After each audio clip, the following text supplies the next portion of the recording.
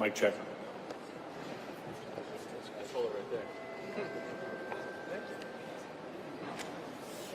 Hey everybody, thank you for coming out today. I'm here with Nick Daniels, the president of the Air Traffic Controllers Union. I have a few of our air traffic controllers with us today.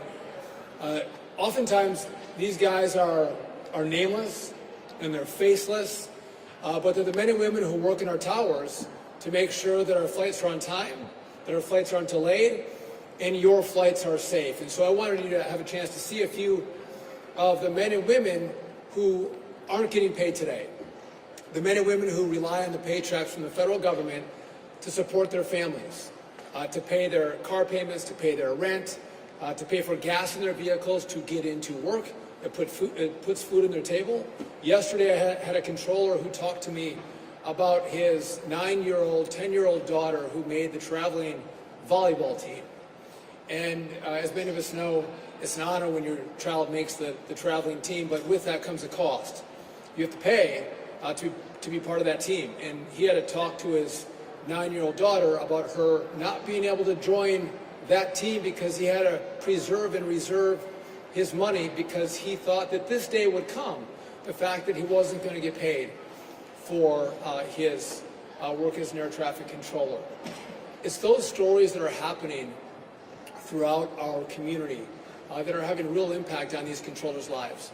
I've been clear to our air traffic controllers, they need to show up for work. They do really important work for our country and they need to show up.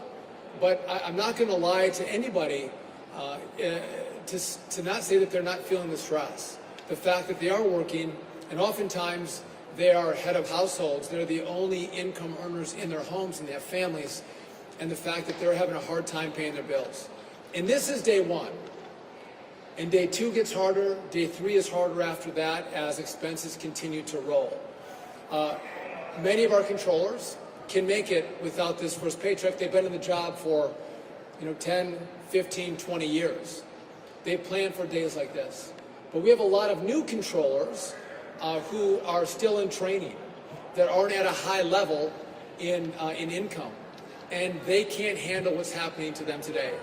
Those are the very people who have now looked for side jobs. You've heard the stories of controllers working at an Uber or a DoorDash, a controller who might go to a food bank to help make ends meet from this point to the point where they're going to get that paycheck. But I'll tell you this, almost every controller can't make it 2 paychecks. They can't make it without 2 paychecks. And so I think the message is clear. And again, I appreciate Nick and the controllers. They've sent a message, open up the government, end the shutdown. Figure out how you guys can negotiate. Have a conversation, but pay us in the interim. Make sure we get paid for the work that we provide to the American people.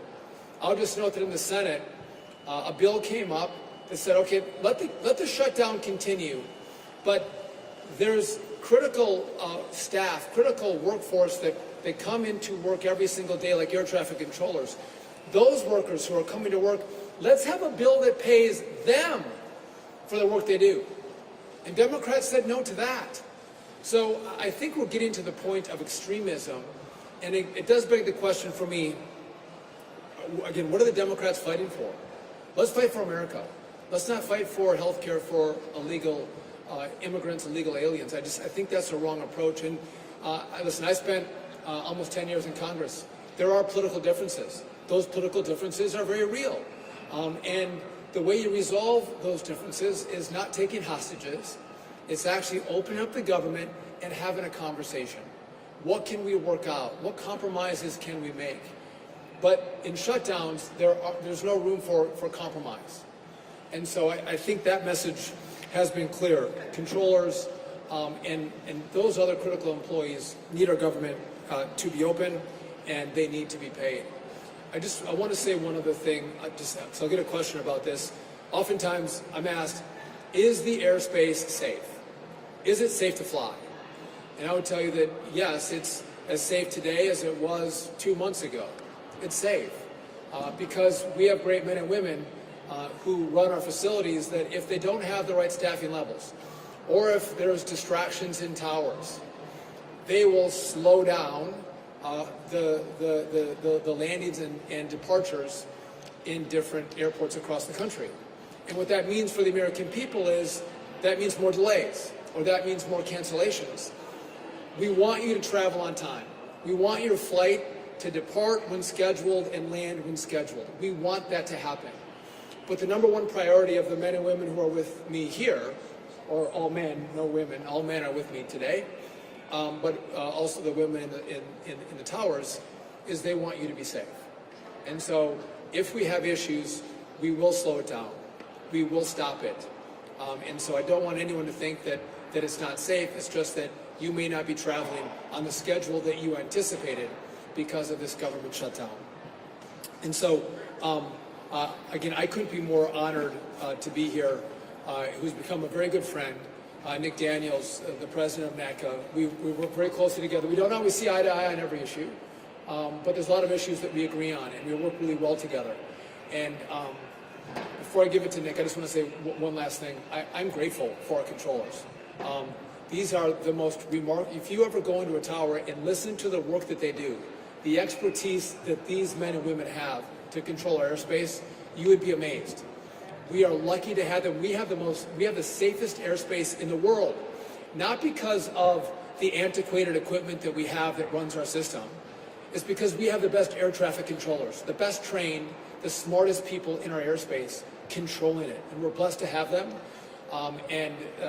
That kind of work, that kind of dedication, that kind of expertise deserves a paycheck. And with that, I'll turn it over to the NACA president, Nick Daniels. Thank you. I am the president of the National Air Traffic Controllers Association, Nick Daniels. And I proudly stand here, but at the same time, I'm here to tell the story. I normally have prepared remarks for you today, but today isn't a day for prepared remarks. Today is a day to speak on behalf of the men and women. As the Secretary just said, they go in and day out and do the job of unsung heroes. They keep America safe. They keep America moving. But today, an air traffic controller showed up at their facility to see $0 in their paycheck. That air traffic controller just moved hundreds of miles from Oklahoma City after passing a grueling 4 months at Oklahoma City Academy, is at the lowest end of our pay scale, and has shown up to a job that pays them $0. They're trying to move in. They're trying to get set up on just even having a place of being able to put up for rent.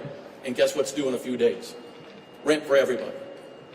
It's not the gas that they have to put in the car, the food that they have to put on the table. It's the stress that they now wear. This job is stressful enough. We go to work day in and day out and make thousands of decisions. We do it 5 days a week. Most of us actually do it 6. 5's hard enough, and we do it 6 and 10 hours a day. And now you add in the fact that we had a partial paycheck already, and we missed a full paycheck today. America's air traffic controllers are now having to focus on how do they put gas in the car, how do they take care of their children, how do they pay for childcare. And as the Secretary said, that makes the system less safe. And then the only way to make it safe is to reduce the number of aircraft in it. Day in and day out, air traffic controllers have to have 100% of focus, 100% of the time. And I'm watching air traffic controllers go into work. I'm getting the stories. They're worried about paying for medicine for their daughter. I got a message from a controller that said, I'm running out of money, and if she doesn't get the medicine she needs, she dies. That's the end. So I'm going to either have to quit this job and take a different one instead of moving America's passengers through it or the cargo.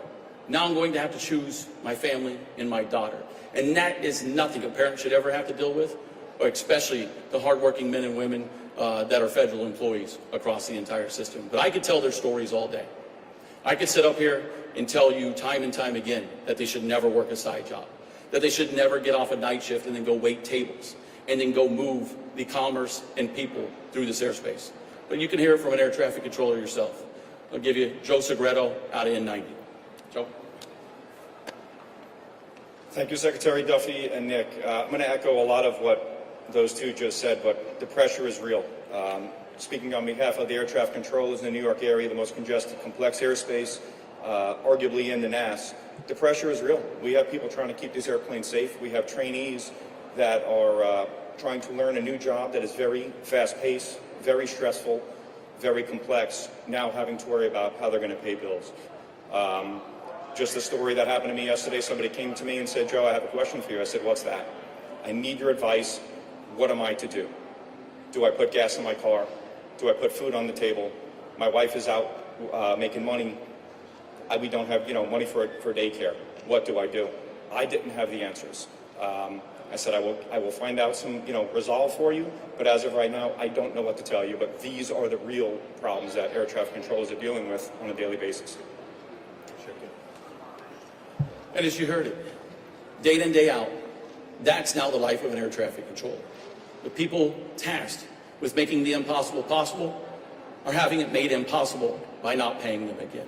So the message is simple. In the shutdown today, there is no excuse that these hardworking men and women are showing up to do this job and to not ever know when they're going to get paid again. So we need America's help, we need you to stand up, and we need you to say, enough is enough in this shutdown and ensure that we can move this forward, because we do not want to be up here telling you the sad stories. We want to be up here telling you how we're moving this system forward, how we're bringing in more air traffic controllers than ever, how we're modernizing this system to serve the American people. So again, cannot stress enough, if you want to take action, contact your congressional representative and tell them in the shutdown today. So we'll take your questions in just a second. I want to give you a few stats. This year, on average, the delays that are associated with staffing triggers with air traffic controllers is 5%.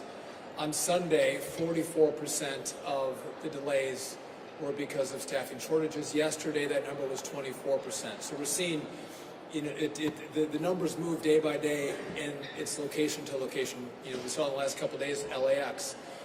We saw Atlanta.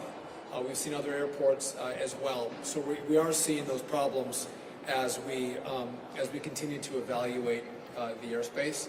One last point before I open up to your questions is, you do know that we have a shortage of air traffic controllers. We're about 2,000 to 3,000 controllers short. And we have a strategy together that we've worked on that is going to, I've used the term supercharge, but we are going to bring more of the best and brightest minds in America into our academy, to get them through the academy, to get them into towers, to get them certified and trained up. And the problem we're now seeing is we have young people in the academy that they actually get a stipend. We pay them a small amount of money so they can go to school and they can make ends meet. That money's about to run out. And we're seeing several of our students drop out of the academy. So instead of going in the right direction, where you want me to bring you more air traffic controllers so they have less stress and pressure on them because they have more resources available, human resources available to them, this shutdown is making it harder for me to do the work that, this is bipartisan work. Everybody wants this done. There's no one who disagrees with what we're trying to do here, but the shutdown is making it more difficult for me to accomplish those goals. And it's not just the government opens up and I'm able to put it all back together. This has months-long effects on our ability to fill that pipeline and get more young people into academies and become professional air traffic controllers. So I want to let you know that, again, even where we're at today, you open it back up and you've created some longer-term problems for me to make sure I deliver for what I've promised to all of you, which is more air traffic controllers. With that, we're happy to take any of the questions you may have for us. Yes. Secretary Duffy.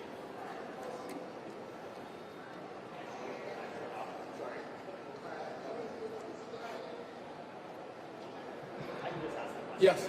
We made a concerted effort to recruit more air traffic controllers. We concerted all of these shutdown. Air traffic controllers working without pay could deter those efforts to recruit people, and what are you telling people who you're trying to recruit? So our instructors at the academy, they're not being paid. And the fact that our controllers in the academy may lose their stipend, we tried to plan for this. We tried to preserve as much money as possible. We have about a week left of dollars. But yeah, no, I'm very concerned about what this does for our pipeline. The president has said, and I agree with President Trump, like we have here, I want the best and the brightest. I want the smartest people to come in and control our airspace.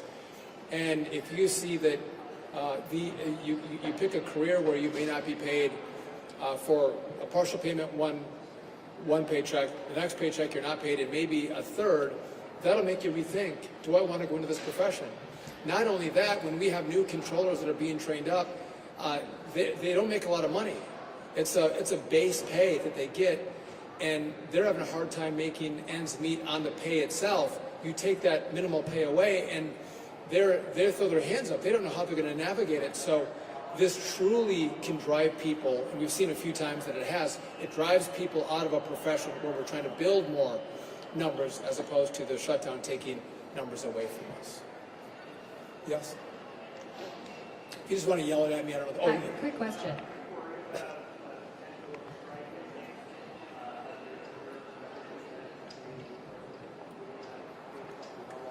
Strike? I'll happily answer that very directly. No, there will be no concerted effort for air traffic controllers to in any way have a job action. It is illegal for us to do such thing, but I will tell you, is, as you just heard Joe say, the problems are mounting daily. As the Secretary is telling you, these are the real stories. They're not just stories. They're real people in real lives of issues that are going to mount every day. When you don't pay people, there's going to be a lot of issues that come with that. By the way, every single American gets this story. If you have one family member that works and the other one who doesn't, you lose a paycheck. Every American knows how hard that is. And so that's exactly what the controllers are going through. Yes? Hi. Quick question. You said yesterday it was about 44% of delays that were attributed to staffing shortages. I'm wondering, is that the highest percentage we've reached during the shutdown so far, and how does it compare to last shutdown? So Sunday was 44. Yesterday was 24% of delays. We've seen it in the mid-50s as a percent of delays from staffing shortages. And again, it's a moving number. And I'm grateful. I've asked the controllers to show up to work, and they have responded. And I think we're seeing less problems in the airspace today than we have in prior shutdowns. But I don't have the exact numbers for you on that. Yes?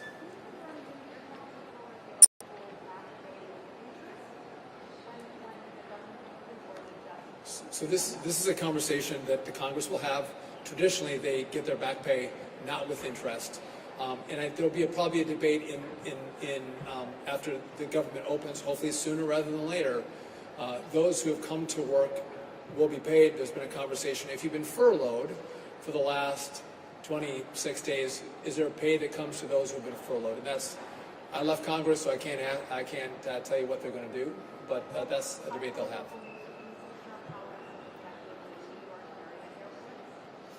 So again, the New York area airports, we have seen staffing shortages, probably more at N90 than in our towers. But yeah, no, we've seen staffing shortages for sure. It's resulted in delays. I wouldn't tell you significant. New York has not been like LA or Atlanta, where we've had more significant delays. Yes?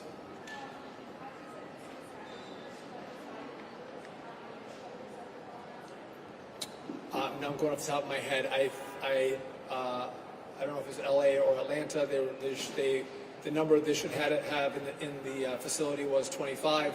11 called in sick, and when that happens, again, we will slow the rates down, and that's where you'll get the delays. We can provide you more information in regard to what the numbers are in each facility. But again, our number one priority is safety, making sure that we don't have any incidents on our runways or in our skies. Anybody else? Yes?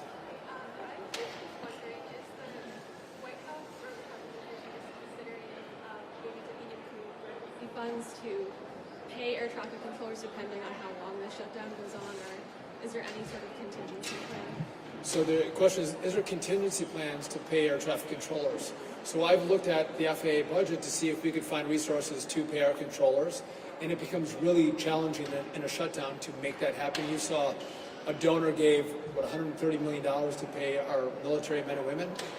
There's not a lot of leeway that we have to get people paid. The answer is open up the government, or Senate Democrats vote for the bill that pays the men and women who have to come to work every single day to keep America operational. Really simple solutions. I get there's differences in priorities and policies, but negotiate that when the government is open. Don't hold America hostage. Don't hold our skies hostage. And that's what's happening right now. And again, this is the second longest shutdown that we've seen. It would be great if Democrats would see this and vote to open, and then it's a vote to negotiate. Something on the politics of this. Transportation historically sometimes has been a bipartisan issue. Do you think that with the gateway funding, Second Avenue subway, here at air traffic controllers, that it's being used more as a pawn now in the budget negotiations? So the question is, transportation is traditionally bipartisan. I would say it still is bipartisan. I have great relationships with Democrats in the House and the Senate. I truly do. Talk to them frequently. We work on projects together because infrastructure, transportation, is not partisan. We all use it. Whether you're Democrat, Republican, Independent, far right, far left, this is for America, and that's why we all work together on these issues.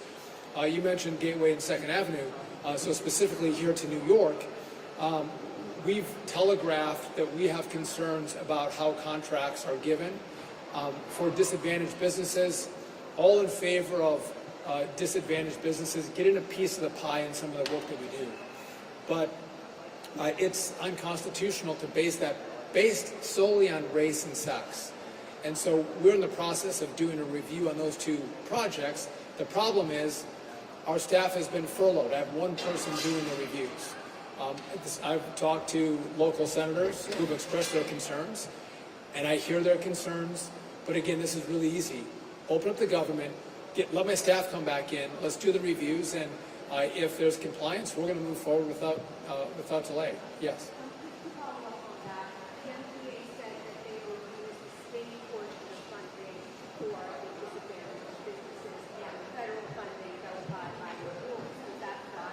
We'll see. I want to look at the proposals. I guess with MTA, I have a little some other concerns. I do think if you're a Democrat, you're a liberal, you don't like cars, and you want people to ride public transportation, I think that's wonderful. Good for you. But if you want us all to ride public transportation, make it safe, make it clean, make it beautiful, and then you don't have to argue about your cars or your subways. Everyone wants to ride the subway because it's faster and it's safer, and kids can get on it, and families can ride without fear of life and limb and liberty. And I don't know why New York can't do that. It shouldn't be a big, I don't know why I have to convince the governor to actually get engaged and say we're going to make the subway safer and cleaner. I shouldn't have to. I think there should be an uprising in the city that you all want to ride your subways, you pay for it, and you should feel free from crime when you do it. And again, this shouldn't be complicated, but it seems like in the city, not by the people, but the leadership doesn't seem to get that. Yes. Hi, I have a question in regards to the Penn Station Access Project. The MTA is waiting on Amtrak for ultimately delaying the project by 3 years. Are you considering any action to get that project back on track? Are we talking about the rebuild of Penn Station? Yes. I love that. We're moving at the speed of President Donald Trump, which is a remarkable speed. We can't go any faster. I think you would have seen another decade, 2 or 3, before MTA would be able to build the new Penn Station. And I think it would probably cost 10 times as much if you look at their track record. So we are going to build it fast, and we are going to build it on budget. And so, again, I've looked at the past performance of MTA, and I don't have a lot of confidence in what they've done and how they operate. One more question, then we'll go.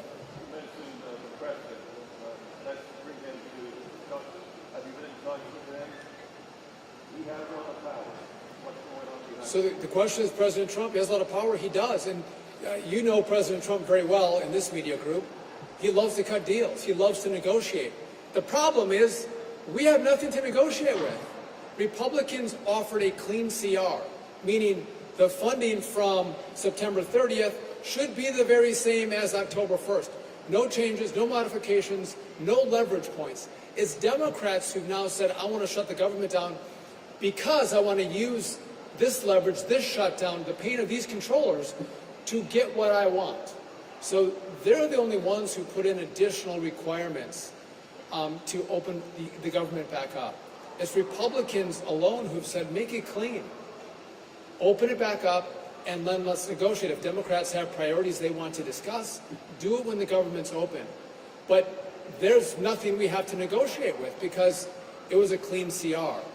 And so I don't think you're going to see the president negotiate here because he has nothing to give up because he didn't put anything in the bill. And just, we're talking about air traffic controllers, really important. But SNAP benefits and subsidies for Obamacare all are going to come to a close as we get to the 1st of November. And real pain is going to be inflicted on the American people. And I think that's a decision that Democrats are going to have to grapple with. How much pain are they willing to inflict? Think back when Barack Obama had the shutdown. He wanted to make it as painful as possible. So think back to D.C. Many of you covered this story. We had open-air monuments and memorials. He put gates around the open-air monuments and memorials to make it more painful on a World War II vet or a Vietnam vet that came to see their memorials. He wanted it to be painful. President Trump has done all he can to alleviate the pain on the American people. And I thank him for that. And it shows that he cares about the American people. He doesn't want to see them go through pain of a shutdown. But the reality is there's not much we can do when Democrats want to put the interests of illegal immigrants and their health care over the American people. There's not a lot of room to negotiate. And by the way, I think if you polled this, Americans would say, put Americans first. Put us first. Put our air travel first. Put our great military first. And if you want to negotiate on health care, have that conversation when the government is open. I want to thank you all for coming out. I do again want to thank our great air traffic controllers. They don't probably have them on, but I know they wear American lapel pins on their chest. They're patriots. I'm grateful for their service.